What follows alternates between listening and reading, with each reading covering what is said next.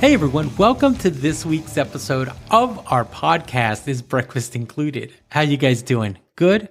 That's great.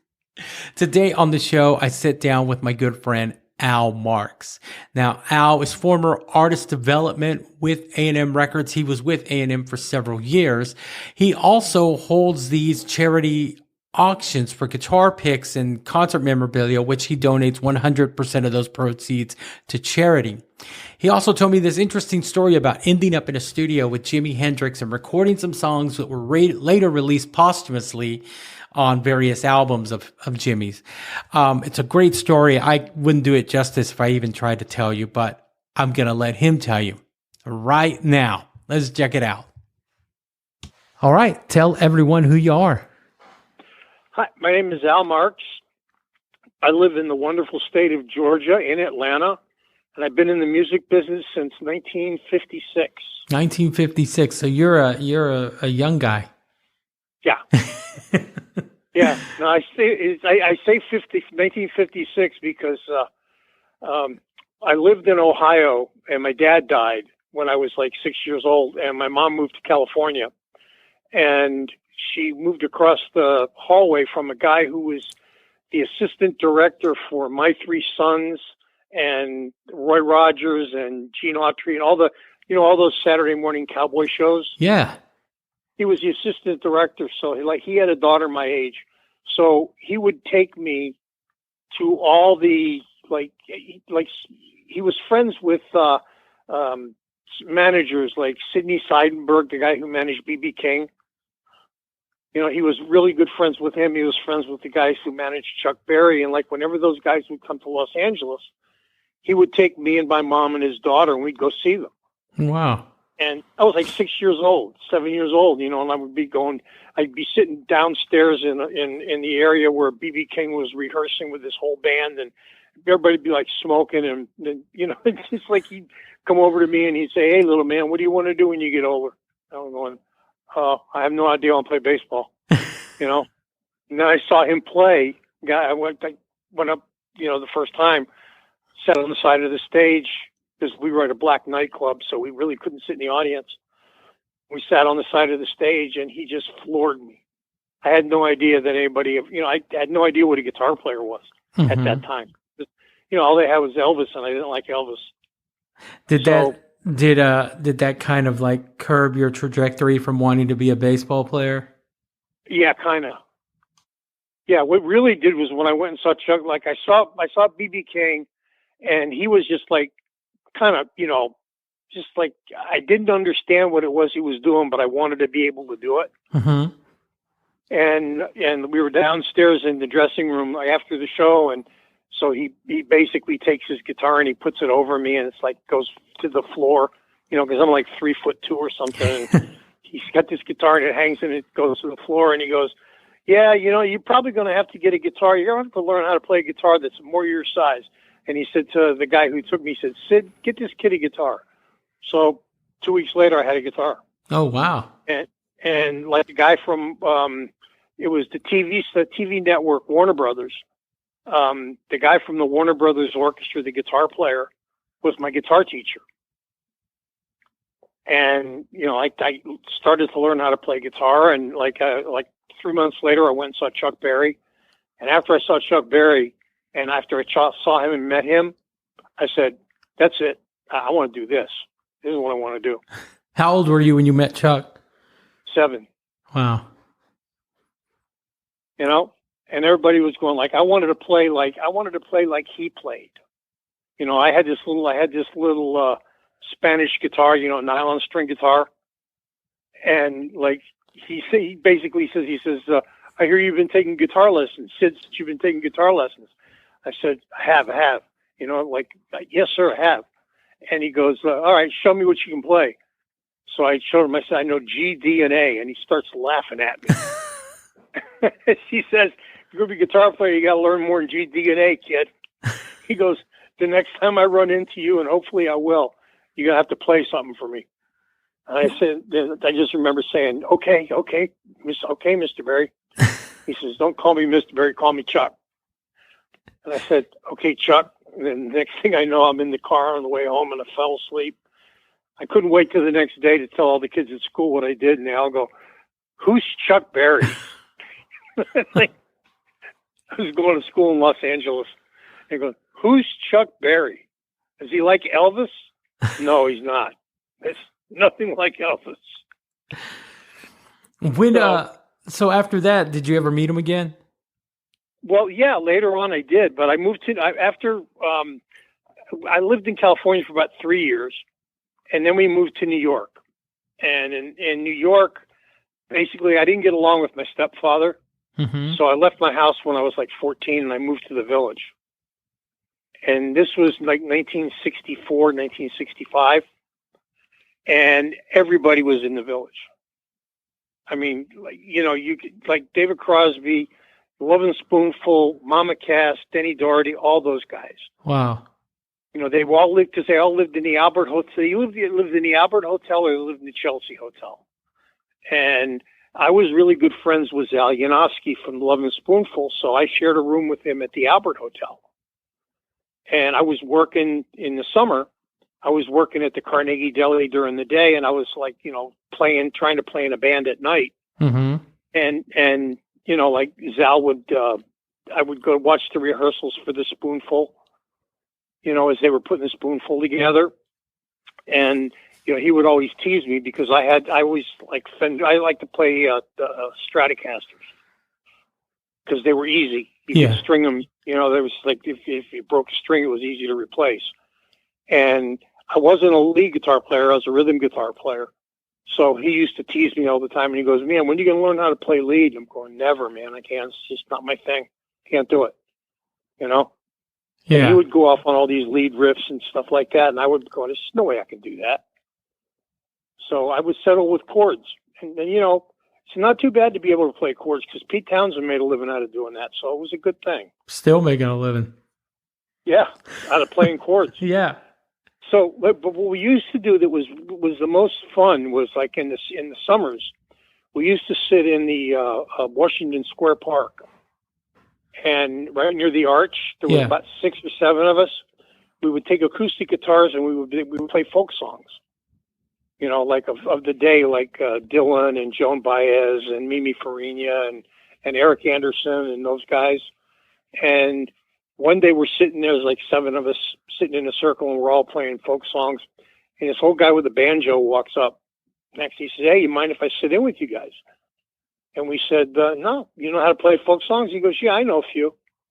And so we start playing, you know, we figured we'd start out like playing Puff the Magic Dragon, you know, Peter, Paul, and Mary shit. Yeah. Oh, sorry, didn't mean to cuss. Peter, Paul, and Mary stuff. And, you know, like New Christie Minstrels and things like that. And so we started playing a couple of Bob Dylan songs, and he knew them, and they sounded really cool on a banjo. So the guy sitting next to me says, "Well, we're going to play this new song, and it's by the Byrds, and you probably don't know it." And the guy says, "Oh, what's the name?" He goes, "Turn, Turn, Turn." And he starts to laugh. And we said, "Do you know that song?" And he goes, "Yeah, I know it." He goes, "How do you know it?" And he goes, "Because I wrote it." And he goes, and he said, we said, "What do you mean? The Byrds wrote that song?" And he goes, "No, sorry, I wrote that song. My name is Pete Seeger." And we said, "Holy." I mean, Pete Seeger, he's the guy that wrote "If I Had a Hammer," I wrote like "This Land Is Your Land." I mean, all the songs that we were playing, and he was just playing along. And then when he said "Turn, Turn, Turn," it was just like, oh my God, we just embarrassed ourselves in front of Pete Seeger. I can't believe it. And he goes, let me play it the way it's supposed to be played. So then he played it, and the guy had asked him, the guy that was talking about saying, you know, mentioned the song. He goes, "Well, you got a good version, but I like the Byrds version better."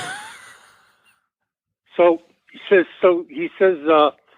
Seeger says, so he goes, "Well, I'm doing a show at Gertie's Folk City tonight, and any of you guys that want to come, I'll put your names on at the door." And we were like, you know, 15. We were too young. Yeah. So 16, and we couldn't get in. But we had like 3 of us had phony draft cards. You know, like back in those days, you had a draft card. You show you were 18, you could get in anywhere. So we went, and he had a table for us right up by the front, right by the stage. And, you know, you walk in, and like everybody that you could possibly think of was there, because it was Pete Seeger. You know, you had like Eric Anderson, you had Burl Ives, you had all these Dave Van Ronk, all these famous folk singers were there, and they were all sitting there, and he's doing his thing, and we're sitting there really grooving on it and everything like that. And about midway through his show, and he goes, "You guys don't mind if I take a minute to tell a story, do you?" And everybody in the audience said, No, tell a story, tell a story. He goes, "Well, this afternoon I was walking through Washington Square Park, and I sat down next to these guys that were playing guitar, and everything was going along great. Matter of fact, they're sitting over there. Say hi to them." And everybody looked at us and like we're embarrassed as hell. And then it came to this one song that they wanted to play called "Turn, Turn, Turn." And that guy right over there told me that the Byrds wrote it. And then when I told him that I wrote it, he goes, "Oh my God, you're Pete Seeger." He said, and everybody in the club turned and started laughing at us. And we got up and we bolted out of there so fast that we just left our stuff on the tables and everything else. And I got to be really good friends with P.F. Sloan after that. He was the guy who wrote Eva Destruction and a bunch of the Grassroots songs. And he invited me to go to Monterey Pop. And I went to Monterey Pop and I worked the festival. And, you know, then I came back to New York, went to Woodstock, came back after Woodstock and got married. And I was playing in the band. I had a band called Valkyrie. And when I went to D.C., I moved to D.C., I left the band Valkyrie and I was like living in the basement of the guitar player for the Cherry People. Mm-hmm. And they had an album on Heritage. And I was working as their tour manager. So, like, they all decided that they wanted to go to New York and get out of their record deal. So apparently one of them, I think Chris, the guitar player, called up to the office of Heritage and said, "We want to have a meeting with Jerry Ross because we want to talk about our deal." So we all got in. We took the train up from Washington. We get to New York and we go to the office of Heritage Records. They were distributed by MGM. And we get there and the secretary says, "Can I help you?" He said, "Yeah, we're supposed to meet with Jerry Ross." And she said, "Oh, you're the Cherry People." And he said, "Yeah." And we all said, "Yeah, we're Cherry People." And she goes, "Well, Jerry's not going to see you." And we said, "What?" He said he had a 3:30 meeting with us. And he says, "Where's your managers?" She says, "Well, we don't, what do you mean?" Because Jerry doesn't deal with artists, he deals with managers. He's not going to see you until your managers come up. And if you think you're getting out of your contract, it's not going to happen. You owe us $30,000 for your album cover. And we said, "Oh, never mind." And, we didn't know what to do after that. We said, we didn't have, our managers were a guy named Barry Auslander and Ron Hafkin. Mm-hmm. And we tried to, Punky Meadows was in Cherry People. He was guitar player for Angel. Punky gets on the phone. He tries to call Barry, and Barry won't take his call. So at that point, I think we fired the managers, and we just kind of left Heritage all by itself. We just not going to deal with this anymore, and lost phone numbers and everything, and never came after us. So everything went good, but we didn't have anything to do after the meeting. So we kicked around, and we heard that Steve Paul Scene, which was Steve Paul was the manager. He managed Rick Derringer and Edgar Winter and Johnny Winter. Mm-hmm. And he had a club called Steve Paul Scene. And every Monday night it was jam night. So we didn't have, we thought we were going to be staying over. So we had a hotel room, but we weren't going to go back to it. So we just figured, well, fuck, we'll just go to the Steve Paul Scene. So we went there and we're sitting in there, and sure enough, Edgar Winter was in there. Johnny Winter was in there. Rick Derringer was up on stage. Robert Plant was there because Led Zeppelin was just getting ready to start their first U.S. tour. And he was up on stage singing. And we tried to get Punky to go up, but Punky didn't want to go up. So we're sitting there, and the next thing we know, Jimi Hendrix walks in. Wow. He walks in with Billy Cox and a photographer named Willis Hogan. I didn't find out the photographer's name till later. But he walks in and sits down 2 tables away from us. So I said to the guys in the band, I said, "Hey, I met Hendrix at Monterey Pop. I'm going to go over and talk to him." They go, "You're not going to talk to him." Well, yeah, I'm going to go over and talk to him. So I walked over to a table and I says, "Hey man, you're Jimi Hendrix." And he goes, "Hey man, I know who I am."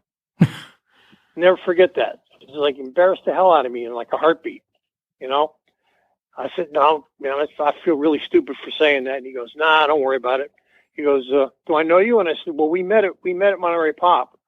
And he goes, "Well, I met a lot of people, man. I don't remember you." And I said, "Well, you remember being like outside the dressing room when you and Pete Townsend flipped to see who was going to go on first?" And he goes, "Yeah, I do remember that." And I said, "Well, I was there." And he goes, "You do? And you remember Townsend won?" And I said, "Yep." So he goes, "Well, what are you doing here?" I said, "Well, I got my band with me, and we just tried to get out of our record deal." And he goes, "Man, I hate record companies." And he says, "Do you have a drummer?" And I said, "Yeah, he's over there." And he goes, "Well, you want to record? I need a drummer. And I'm going in the studio tonight at like 4:00 in the morning. Can you be there? Can your drummer drum?" And I'm going, "Yeah." And he goes, "You didn't ask him." I said, "I don't have to ask him. He's going to be there." So he says, "All right, meet me at the record plant at 4:00. I'll be there 4:00, and we'll do some stuff. We'll cut some stuff." Because he was recording with, he didn't have Mitch Mitchell as his drummer at the time. Mitch wasn't there. So he needed a drummer. And he had Billy Cox, and Noel Redding had just he was fired. Mm-hmm. So he had just gotten Billy Cox, who was his friend who he used to play with, I think, in the Flames. And they were in the Army together. Mm-hmm. So we said went back to the table and I said, "Jimi Hendrix wants us to come to the studio and record." And he said, "Yeah, we saw you talking to him. What were you saying?" I said, "Well, I was just saying, I was telling him that I met him at Monterey and all this other stuff." And then he asked us if we had a drummer. And I said, "Yeah." And Rocky said, "Who, me?" And I said, "Yeah, you." And he goes, "I'm going to play with Jimi Hendrix tonight?" I'm going, "Yeah, you are. And hopefully the rest of us will too." And then Punky and Doug said, "Nah, I'm not going to the studio. You're not going to play with Jimi Hendrix." You know, so they went back to the hotel, and Rocky, Chris, myself, and Jan Zukowski, who was our bass player, we went to the record plant at like when Steve Paul's scene closed. We walked to the record plant, which is a couple blocks away, and we got there, and the guy at the front desk said, "Can I help you?" And I said, "Yeah, we're the guys that. Oh, you're supposed to be playing with Hendrix tonight." Yeah, he called and he told us that, like 6 of you were coming, right? And I said, "No, only 4 of us." So we went in. He says, "Yeah, go on in the studio." Like Gary Kellgren's in there. Gary was Hendrix's engineer, along with Eddie Kramer was his main engineer, but Gary was the engineer who was working the session that night. Mm-hmm. And we get there, we get in there, and Gary Kellgren says, "Who's the drummer?" And we point Rocky out, and he goes, "Okay, go set up on the drums, because when Jimmy comes in, he's going to want to go straight to work." So he goes, "Okay, which one of you guys plays guitar?" And I said, "Well, I play guitar." And he goes, "Are you going to play with Jimmy?" And I'm going, Nope, not going to happen. He says, "Well, you got another guitar player?" And I said, "Yeah, Chris. He plays." And he says, "Chris, are you going to play?" He goes, "No, not going to happen. I'm not playing with Jimi Hendrix." He goes, "All right, well, you guys, Jimmy needs, the songs that we're going to do tonight need a lot of percussion. So there's a bunch of percussion stuff over there. There's marimbas, not a marimba, there's what do you call it, ocarinas, Mm-hmm. and maracas and triangles and what do you call it, tambourines. There was like a ton of," he says, "You guys play percussion, figure it out." So we said, okay. So we're sitting there, we're just goofing around, everything like that. On the dot, 4:00 on the dot, Jimmy walks in, and he's got Billy in tow, and he's got this photographer who's like snapping pictures all over the place. And he goes, "Hey, you guys made it. You ready?" And we said, "Yeah." And he goes, "Okay, who's going to do what?" We go, "Who's going to play guitar?" "Nobody. You're playing." "We're not playing guitar with you." He goes, "All right, well, you're going to play percussion. I need you to play congas. I need you to play percussion. I need you to do this, do this. So he tells us what to do. And he says, "I'm going to move my amps." And I said, "Well, let me move your amps for you so you don't mess your hands up or anything like that." He goes, "No, I got a better idea. You go move my car. It's sitting in front of the studio because if it stays there, I'll get a ticket. So I go out and I said, okay, no problem. Take his keys, go out. It's a silver Corvette. I close the door. He's got a cassette player. I'd never seen a cassette player in a car because they didn't have them at that time. Right? Mm-hmm. He's got one built into the dash. This is April of 69. He's got one built into the dash. And he's got these tapes sitting on the seat. And they're labeled, like one says Miles Davis, one says Carlos Santana, one says Stevie Wonder. So I picked up the Miles Davis one, turned the car on, put the cassette in, and it's him playing with Miles Davis. Just like jamming? He's jamming with Miles Davis. Right? And you can hear him because he's talking and he's saying, hey, Miles, you take your solo now. And like, I'm sitting there and like I close my eyes and I'm leaning my head back. All of a sudden I hear this banging on the door of the car. And it's Hendrix. He goes, man, I thought you stole my car. What the fuck are you doing out here? I said, oh man. So I just put the gas on, took the car in the parking lot.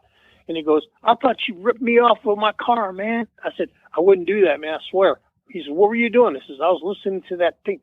Man, that thing you did with Miles Davis is amazing. He goes, yeah, nobody's supposed to hear that stuff.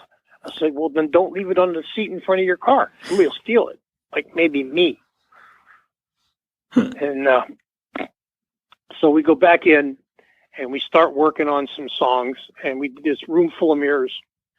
And he wanted to do an 8-minute version of Room Full of Mirrors. It had already been out on one of his other records, but he didn't like it. He wanted to do like an 8-minute version of it. And we did that song 22 times because Rocky couldn't get the bass. He couldn't get the drums right.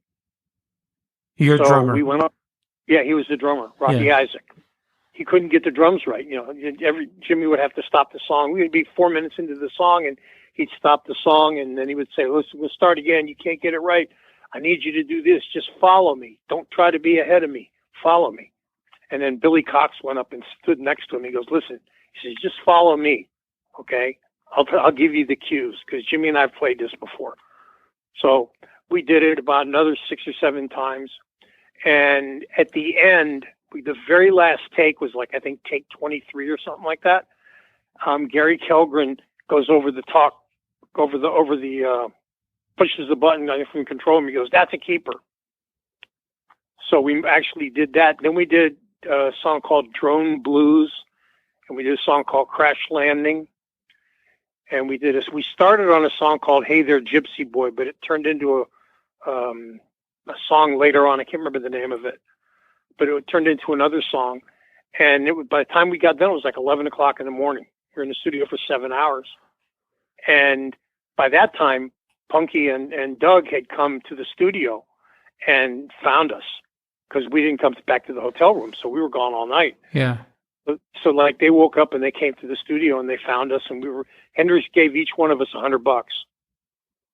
And he said, can you guys come back? And we said, well, when? He goes, well, Thursday morning at 4 o'clock. So any normal person, when they say Thursday morning at 4 o'clock, you would think means like Wednesday night, 4 o'clock in the morning, Thursday. Yeah. Right? Well, so we came back Wednesday night, 4 o'clock in the morning. Guess what? He didn't have a session booked that night.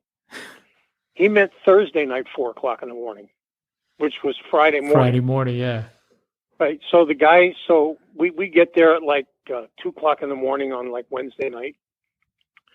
And the guy at the record plant, he's like sitting at the desk and he goes, are you the guys that are supposed to be here for tomorrow night's session? And we said, yeah. And he goes, yeah, Jimmy thought he might have made a mistake. So he left instructions. I got to find him around here somewhere, but you guys are welcome to crash on the floor if you want. So we slept on the floor. We woke up, Rocky and Punky were gone. And we woke up at like 9 o'clock. There was a session that had just ended. And it was Johnny Carson's band with Doc Severinsen and who was the drummer? Ed Shaughnessy and Vinnie Bell and Tony Mottola. And they were walking out, and Vinnie Bell had the electric sitar with him. And I asked him, I says, wow, man, like that's like, are you Vinnie Bell? And he goes, yeah. And he says, I said, is that the electric sitar? And he goes, yeah. I said, did you make that? And he goes, yeah, I invented it. And he goes, damn. He says, well, what are you guys doing here? And I said, well, we were supposed to do a session with Jimi Hendrix, but apparently he's not going to be till tonight. So he goes, well, Hendrix wanted to try this out. Why don't I leave this with you? And I said, no, I don't think that's a good idea. Why don't you leave it with the guy in the office there? Because I don't want to be responsible for anything like that. Yeah. So he gives it to the guy in the office, and, you know, we set off to try to figure out what we were going to do for the rest of the day. Punky and Rocky were gone, and the guy had changed. The guy who was there, who let us sleep on the floor, he wasn't there anymore. So we didn't. He said, did you see where our friends went? No, they weren't here when I got here. You guys were just sleeping on the floor. And the guy who was here earlier said, just let them sleep. And when they wake up, you know, everything's cool.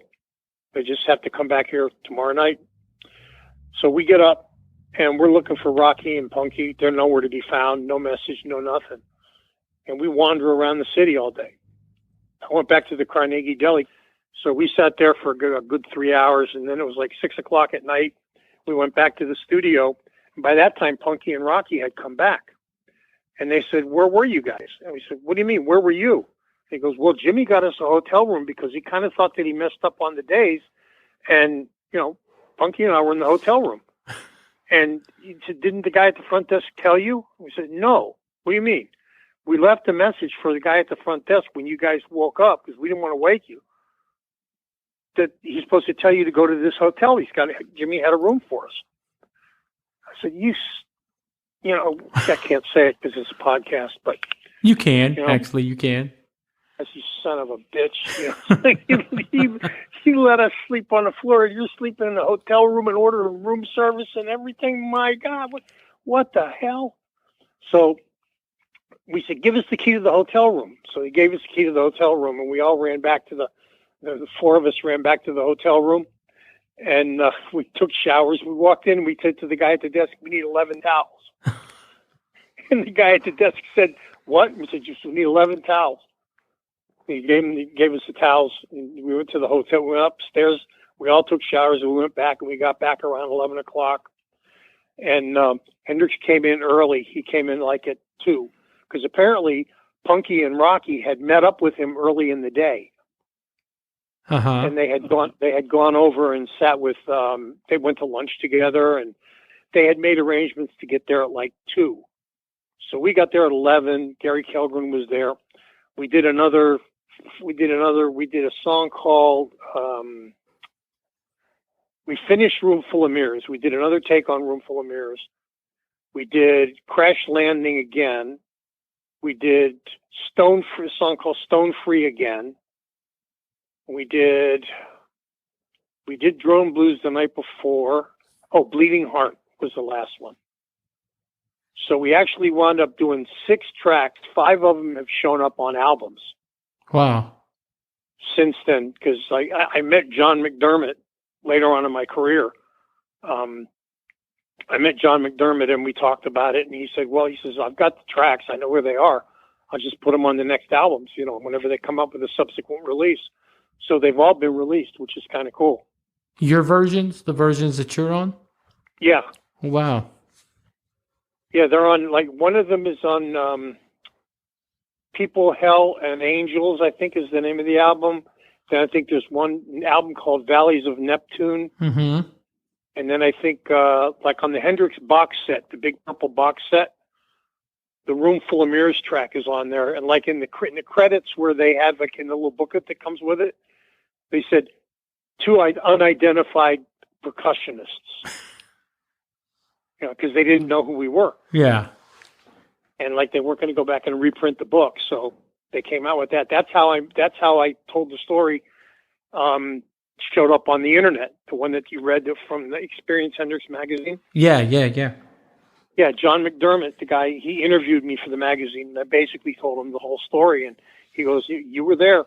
I can't." And I even told him the part about with the reason that there's no photographs from that session was that Willis Hogan, who was the photographer, got underneath Jimmy. He was like taking pictures from below where Jimmy was, where he was playing. Uh-huh. And it annoyed him, so he kicked his camera and broke his camera. And his camera was a Hasselblad, which was like very expensive camera back then. Mm-hmm. And it ruined all the film. So there's no film that exists except for, I went on somebody's webpage about a month ago, and I found 3 pictures where I can make out Chris, my other guitar player, and Billy Cox and Jimmy, and there's another one with just Billy and Jimmy in it. And they were from that night. So there was 2 pictures that do exist. That you know of. Yeah, that I know of. Yeah. But I'd love to be able to find I'd love to be able to find a picture of myself in that session to prove that I actually did it. Yeah, man, that's an amazing story. So how going into that second session, were you still like, holy shit, we're recording, we're going to do a session with Hendrix? Yeah, it was just like somebody slapped me. I forgot to tell you, we brought a guy from the Unicorn Times, which was the weekly, like the Village Voice in New York. Uh-huh. Okay, the Unicorn Times was like the Village Voice. And we brought a guy named Mike Burke up with us. Okay, and Mike Burke was supposed to chronicle our whole thing. Well, he got pissed off and he went back because like we went the wrong night. And he was supposed to be there to chronicle it so we could like tell people, yeah, we actually did it. But the only thing that happened was he took the train up with us and then he went back the next morning. He didn't stay for the session. But Jimmy, he was really an amazingly quiet, shy guy. He didn't really talk a lot. He just played a lot. You know? Yeah. And the thing was that like it was funny because Punky fell asleep behind one of the baffles in the studio. Yeah. You know, you've been in the studio. You know, Yep. They have like baffles and stuff. Mm-hmm. Punky fell asleep behind one of the baffles.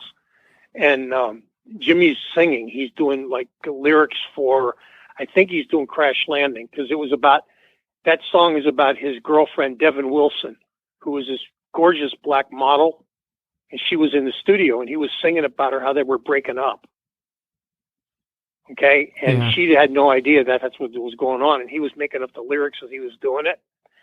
And Punky got up and he woke up and he comes walking across the studio, and Hendrix flat out stops right in the middle and he goes, "What the fuck? What are you doing? Punky. What kind of name is Punky? I remember that from earlier today. Get the hell out of here. Nobody's in the studio when I'm singing." And Punky just like tail between his legs runs into the studio. Everybody's busting out laughing. It was a great time. We had we did recorded from like 2 a.m. until probably I would say till like 11 again. Mm-hmm. But we did like a bunch. He did like Red House, like his version of Red House. He did Voodoo Child, and he and Billy just did them. We didn't record them with him. He just played them. Wow. He did like 15-minute solos on like Voodoo Child. And it's just like, it's like you just say to yourself, my God, like, I'm like, I'm dreaming here. Somebody's got to slap me because this isn't really happening. Yeah, I know, because Jimmy wasn't here long, but in the time he was here, he was just like this enigma. Yeah, it was just like, how did we get so lucky? And B, holy crap, we did it. Yeah. And we got, we remember it. I remember it like it was yesterday. Wow. I remember what I was wearing, so he takes all of our names and he writes them all on the box. It's 2-inch tape. And cause he says, you guys are all members of the union, right? And we said, yeah. And he goes, okay, yeah. Cause I could get in big trouble for recording, cause Record Plant was a union shop. You had to be a member of the union in order to record there. Uh-huh. So we were members of the union. So he took all of our names and he wrote it on the box, and like never heard about it. We didn't hear about it again for years. So I run into him when I was at Woodstock. I was backstage, and I go into the artist tent, and he and Billy Cox are sitting there with Jorma Kekkonen and Paul Kantner, and they're all sitting in the corner and they're smoking a joint. And I walk up to him and I say, "Hey, man, like I recorded with you in April at the Record Plant." And Jimmy goes, "Man," and he starts to shake his head again. And Billy goes, "Yeah. You remember the guy who had the drummer who couldn't get his shit together." and Jimmy looked at me and he goes, "Yeah, man, here, have a hit." Because we've been enjoying. We sat and talked for like almost a half an hour, just shooting the bull. And he gets up and like he goes off in the room to practice. And like I go back to the van that I was sleeping in, because we had a Volkswagen van. Yeah. That I had gone up in, and I was sleeping in that, and I fell asleep. And the next thing I know, it's like 7:00 in the morning, and Hendrix is playing on Monday morning, and the place is virtually nobody's at Woodstock anymore. Like 50,000, 60,000 people were there. Wow. Place was almost all empty, and he's up there playing. He's got the Band of Gypsies this time with Larry Lee and I can't remember the percussion player's name, Hunta something, and Billy Cox and Mitch Mitchell and him, and they were called Band of Gypsies, and they played their ass off to like nobody. It was amazing. That's crazy, man. That's an amazing story, Al. It's just like to live that story. It's even more amazing because every time I listen to one of those tracks, I listen for my parts, because I played like percussion, I played maracas, and I played tambourine, and I played the ocarina, and I played what's that one that goes, with the stick on it? Yeah, it's got like a bunch of little bearings on it. Yeah. Yeah. I played that, because I'd listen to myself. I'd listen for myself, and I go, yeah, and I close my eyes. This is pretty cool. So when you listen to it, are you in that room again? Yeah, I'm just like, well, I listened to it the other day on my stereo in my living room, and I listened to Room Full of Mirrors, and I listened to all 8.5 minutes of it. And man, I tell you, by the time we got done doing that, my leg was so sore from hitting the leg with the maraca, with the maracas. I had like a black and blue spot on my leg that was like almost 6 inches long, 6 inches wide. Wow. I couldn't move it. After all that stuff, I got married, and my wife said to me, she says, "You can't be in a band anymore." And I said, "What do you mean?" She goes, "I'm not having you come home at 3:00 in the morning and sleep all day. You got to get a real job." So I said, "Oh man, what am I going to do?" So I went to work for a record company. And, there in New York? Here? No, I was in Washington at the time. Oh, okay. I was living in D.C. And I went to work for this company called Waxy Maxis. And I met these people, guys that were called promotion men. And I didn't know what a promotion man was when I was in the record, when I was in a band, because I never knew what they did. Yeah. But these were the guys that got the records on the radio. So I said, wow, I think I want to do that. Because like that's drive around all day, listen to music in your car, go to a radio station, play a record for a disc jockey and see if you'll put it on, and then get money. But it can get easier than that. No, it doesn't. So I worked at Waxy Maxis until I got my bona fides, and then I was hired by Casablanca. And I worked for Casablanca for a year. Then I worked for EMI America for a year, and then I worked for A&M. Went to work for A&M in 1978, and I left in 1999. I worked there 21 years. Wow! So you saw a lot of great acts come through there. Amazing. The first artist that I ever worked with was Supertramp, and then I worked with like in '79 right, when Breakfast in America came out. And then right after them, it was Styx. Then it was Peter Frampton. Then it was Joe Jackson, Squeeze. And these were all new acts, right, at the time? Yeah. Wow. Well, Frampton was huge. He was like really big. And Supertramp had 5 or 6 records. But like artists like Joan Armatrading and Joe Jackson's first album, the one where he did Is She Really Going Out With Him? Mm-hmm. And Squeeze and,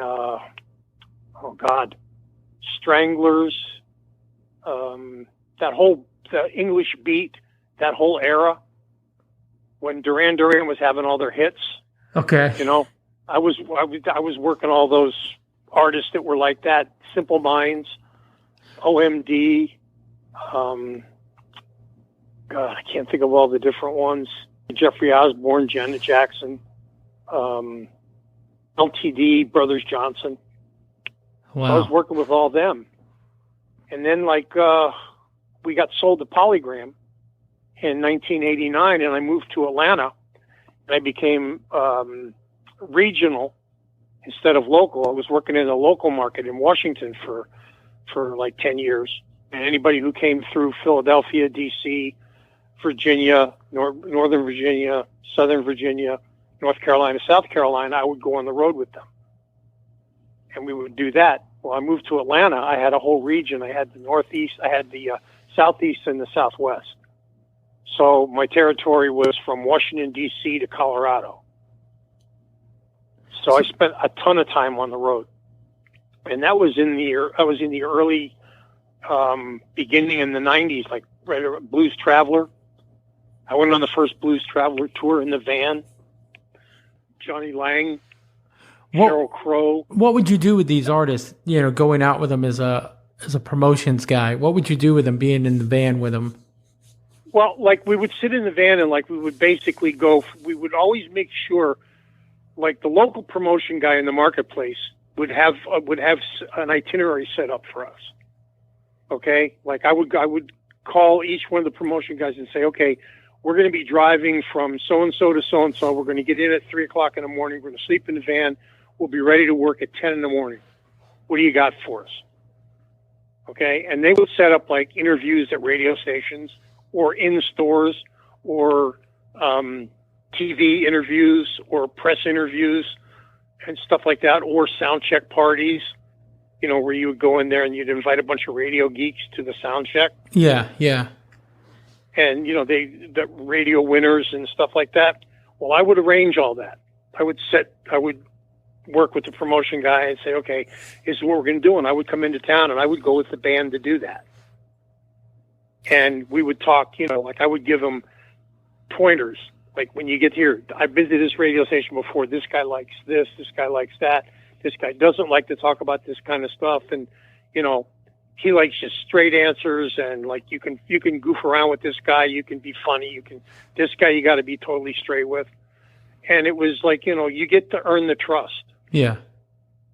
And it was more so of like, you know, like I don't think I ever told an artist, man, I really love your stuff. You know? Yeah. Because I don't think they would have respected me if I had done that. Did you ever work with an artist who personally, but did you feel like, yeah, they're not gonna make it, and then they surprised you and became huge? Or did you have like full faith in the bands that you worked with? I trusted A&M. Mm-hmm. It was Herb Alpert's company, and he had like the guy who was the A&R guy. There was a guy named Steve Rabowski, and then there was another guy named David Anderley, and there was another guy, Jimmy Iovine, mm-hmm. okay, who later started Interscope. But these were all the A&R guys, and they were signing all these bands. So I figured, like, you know, there were certain bands that I thought were going to be bigger than they should, than they actually wound up being, like Del Amitri. Mm-hmm. Okay, I love Del Amitri. I mean, they're my favorite band that I ever worked with at A&M. They're just, I think I sent you some of their music. You did. Yeah, and they just like, they were terrific. I mean, they wrote songs. I just like, that was my biggest disappointment, that they just never hit it big, because like they still are. I mean, they just like Justin Curry writes some of the most amazing stuff you've ever heard. And, you know, nobody pays attention to it. So, but there were a couple disappointments. You know, I wish Simple Minds, I wish had gotten bigger than they actually were. Johnny Lang was funny because the A&R guy, Larry Hamby, and the product manager, Beth Tallman, flew to Cedar Fest in Minneapolis in 1995, I think it was, or 96, to see this 15-year-old kid play blues. And like, we had heard that he was like the next thing, can be second coming of like, Howlin' Wolf. So we get there in Cedar Fest, and it's like this big outdoor festival in Minneapolis. And his kid comes on, like everybody in his band is wearing a suit, and he comes on to like, that kind of music, them da da da da da da da da da da, like that. Mm-hmm. Like when they have like the show bands like James Brown and all those people. Well, they were all playing that. They would like play on music. And he comes on, and he's wearing the suit and tie and no shoes. And he rips this like blues lick that just like floors everybody. And he starts to sing, and he sounds like a 50-year-old black guy. Wow. And he's 15 years old. And I'm sitting there punching Larry Hamby. I'm going, holy shit, Larry, this guy is, you got to sign this guy. And he goes, we're going to do it tonight. So like, we signed him that night. And he was my real prized project at A&M, because I worked with Beth on doing a marketing plan on him, on how to get him out, because he was only 15. Yeah. And he couldn't play in bars and stuff. So we created a tour for him at all the Hard Rock cafes, because they were restaurants. So A&M paid for the stages to be put into each one of the Hard Rock cafes, and we did a whole around the country Hard Rock cafe tour, and it was free. And he played, and like, kids, the families brought their kids, and the only thing that we asked the Hard Rock cafe was we could sell product. We asked them if we could sell the product and keep the money, and they said yeah, because we were packed. We were doing, we had radio stations promoting the fact that this kid was going to be there. He's a 15-year-old guitar wizard, and we packed the place. All these young girls were loving him, and yeah, he was a good-looking kid, man.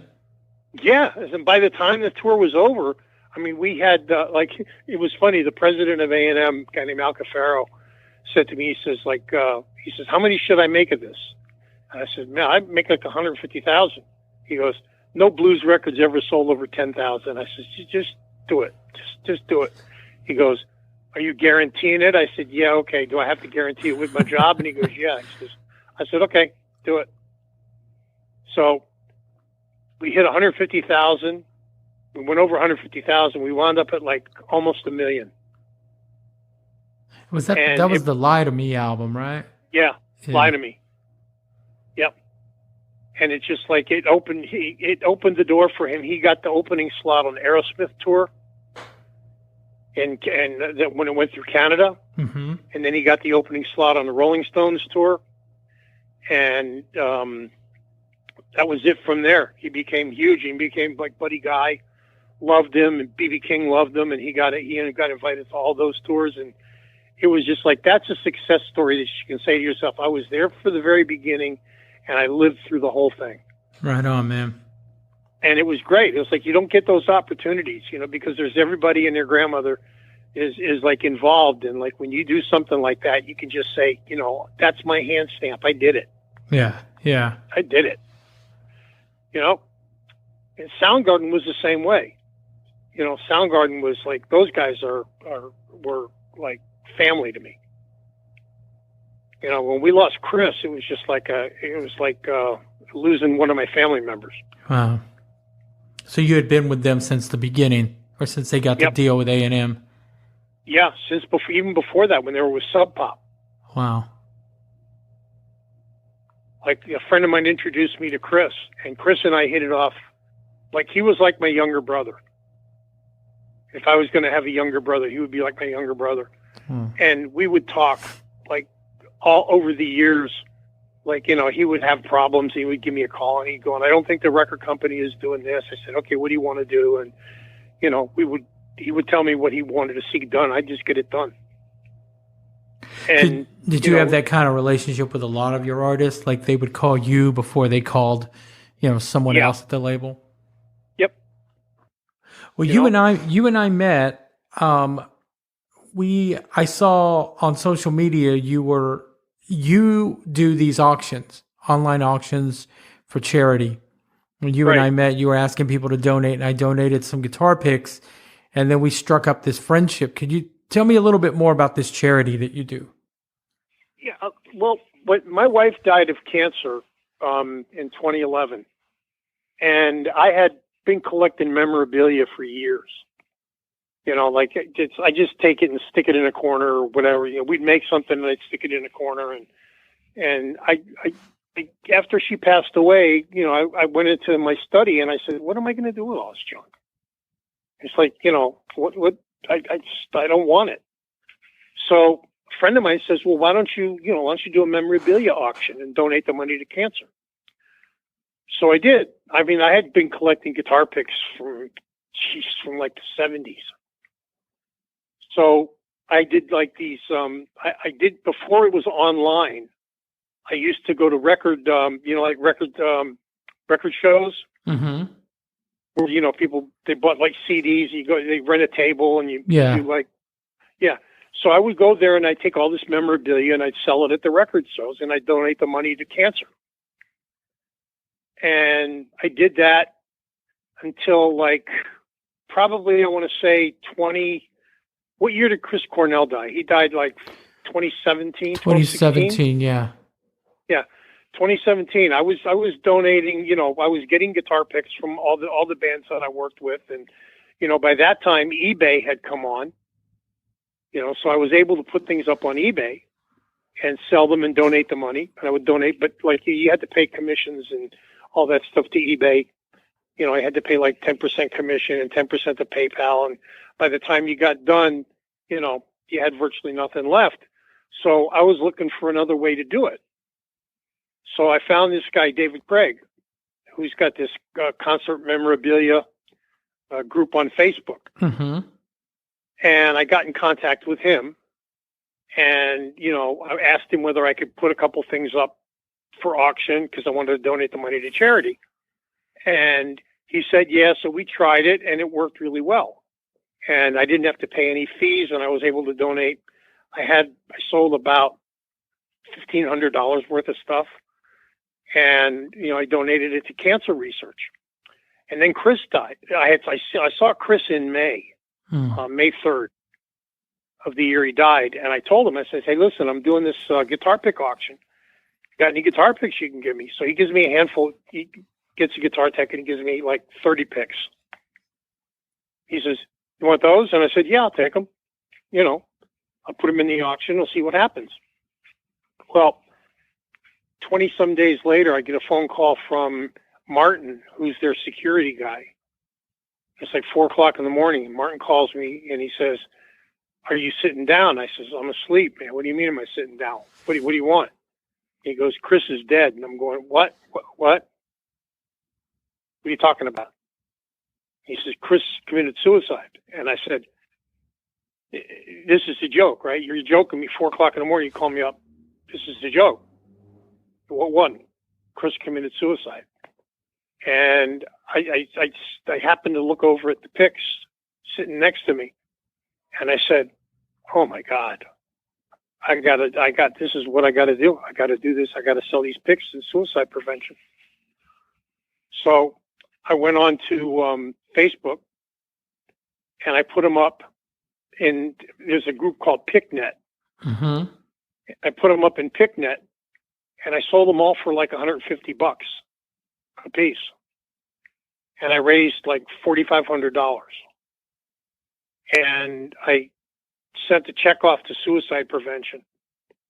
And every year from that point on, I do 3 auctions a year. I do one in April, do one usually at the end of the summer, and then I do one in October. And I pick 2 charities usually. One is cancer research, which I still do for my wife, and Alan Rogan, who used to be the guitar tech for The Who. Mm-hmm. Because he sent me boxes of Who picks. And, you know, like he died of cancer. So I do all that. I do my cancer donations for my wife and Alan. And I do the suicide prevention for Chris. And I've just started doing Vets Aid for Joe Walsh. Mm-hmm. And I mean, I just finished you sent me a bunch of picks from Duran Duran, and in the auction that I did, those picks, as well as some of the other picks that I had, raised over $3,500. Wow. And I just sent off the checks. I sent like $1,000 to each charity. Actually, I sent like $1,500 to suicide prevention.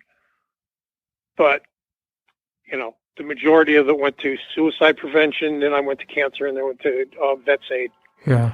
So that's what I'm going to do from now on. Those three charities. Well, that's awesome. Yeah, I know you. I know you reached out to me, and I don't know. I don't know how to sell picks or any of that. I do a lot of trading, but when you told me what you were doing it for, I mean, there was really nothing that you could ask me for that I was going to gawk at. Whatever you needed, I'd send you because it is a good cause. You've done amazing. I mean, I can't thank you enough. And I'm getting ready to start collecting stuff. Those one pick you sent me, the orange one that had the hole in it. Mm-hmm. It's just like as soon as I put it up for auction, it's like it hit the bid. Oh, right on. It's just like it went crazy. So all the Duran Duran stuff went instantaneously. Well, cool, man. That's good to know. It's good to know that it's going someplace good. Yeah. Well, I'm going to continue doing this. It's like I'm retired now, and I don't. I stay in touch with everybody, and like I usually start calling people. The way you and I met was off of a thing called BobNet. Yeah, on BobNet. Yeah, which is a great tool for anybody who's listening to this podcast. Man, if you're in the music industry or associated with the music industry, get on BobNet. It's a definite boon. He does tremendous work for everybody in the industry. Yeah, he does. He's a good dude too, Bob. He really is, and he's helped me immensely. So that's my story. Well, Al, man, I'm glad we crossed paths, and I'm sure we're going to actually really cross paths. As you say, we're going to share a meal. Yep. That's your story. Yeah. I appreciate you taking the time to do this, man. And of course, we're going to put every link on the social media part of this. We'll be in touch with you about that. But I have one more question for you.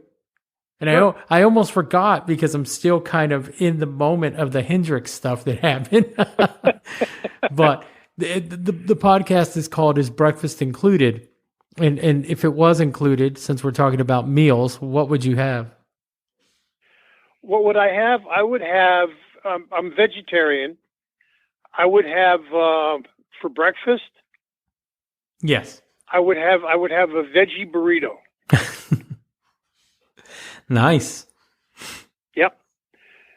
Whenever I go to Nashville, there's a couple restaurants that are like really terrific. One is called the Sunflower Seed, and the other one's called Graze, and Graze. Uh-huh. And I go in there and I order the veggie. I walk in there and they see me and they say, "Okay, we know you want a veggie burrito." Going, that's me. Well, right on, man. Well, brother, the thing that I forgot to mention to you was 2 years ago. It was last year, I think it was actually. The Hendrix picks that I made. Oh, yeah, you sent me a set. Yeah, you sent me a set. Yeah. Well, David Craig, we were talking about doing something for charity, for could we get a band that we could do? Because there's a guy over in England named Lee Hutchison. He has a thing called Pick Collectors for Cancer. Uh-huh. And what he does is he gets different bands to make special picks that he sells for cancer research. And I had told David the story about Hendrix, and he goes, "Well, why don't you see if you can get the Hendrix family, you make Hendrix picks?" And I said, "No, Janie's really difficult about that. Can't use Hendrix's image, you can't use his name, you can't use anything." And he goes, "Well, let's figure out a way that we can use the names of the songs." And I said, "Okay, that sounds good. We can use the names. Let's have a contest, and with some artists that are in the group, in this Pick Collectors group." Mm-hmm. And we'll give you the names of the songs, and you create artwork that reflects the names of the songs. That way, I didn't have to clear it with the Hendrix Foundation so that I could use the names, because I didn't use the names of the songs. I put the picture to represent the names of the songs, like the one that, like, there's a pic that I sent you that's got a bleeding heart on it. It's all psychedelic. Well, that's for the song Bleeding Heart. And on the back of the pic, it doesn't say the name, but it has the letters BH, and it has 421 through 42469, the recording dates. That's what we did on each one of the pics. Oh, okay. Yeah, I saw that, and I was, I assumed that those were the dates that they were recorded. Yeah, and the name of the song is just the letters. It's not the name. So if you compare, like, The Room Full of Mirrors is RFOM, and Crash Landing is CL, and Drone Blues is DB, and Hey There Gypsy Boy is HYTGB. Mm-hmm. That's the one with the palm on it. But we made those sets. Jimmy Dunlop made me 180 sets. Actually made me 200 sets. And I sold 180 of them for $20 a set for $3,600, and I donated it to cancer. Wow. And they all sold. Well, I was really, I appreciate the set you sent me, They're kind of cool. Yeah, they're really cool. Like, he said, David Craig's on me now. He says, well, let's make another one. I said, no, we did it once, man. I'm not pushing it. Not pushing it. I'm asking too many people for too many things. It's like, all of a sudden, like, they get a phone call from me, and it's like, he's going to ask me for something. Hey, man, I think the people that do help out don't care about that phone call, Yeah. Well, they do help. I get a lot of help. Yeah. I'm thrilled. It's just like every time, like, Susan Silver manages Alice in Chains, and she used to manage Soundgarden, and she and I have been talking, and it's a sad story, but the bass player, the bass tech for Mike Inez. Yeah, for Alice, passed away. Yeah. He had pancreatic cancer, and he didn't know about it, and he found out at the very end. So I talked to Susan, and, like, they had a GoFundMe thing. There was a GoFundMe, but that's down now. But he sent me 2 pics by the band Tool. He used to be their bass tech. Oh. And I'm not sure how much they're worth, but I'm going to put them up for auction. I'm going to donate that money to cancer. Wow. So, Well, brother, you're doing good work. We're trying. Just, a little bit here and a little bit there. But if everybody just did a little bit, then a lot of shit would get done. Yeah, yeah. Well, man, thank you so much. I'm glad we crossed paths. And like I said, I know we're going to meet in person soon. I'm hoping so. I'm in Atlanta, man. Anytime Duran comes to Atlanta, or if you go on the road, give me a shout. I'll definitely hit you up, man. It was good talking to you, Al. You too, my friend. All right. Good luck tomorrow, Bye-bye. by the way. Thanks. Bye-bye. Bye-bye. Al Marks. Great guy, huh? Very interesting life that he lived there. I love the Pete Seeger story.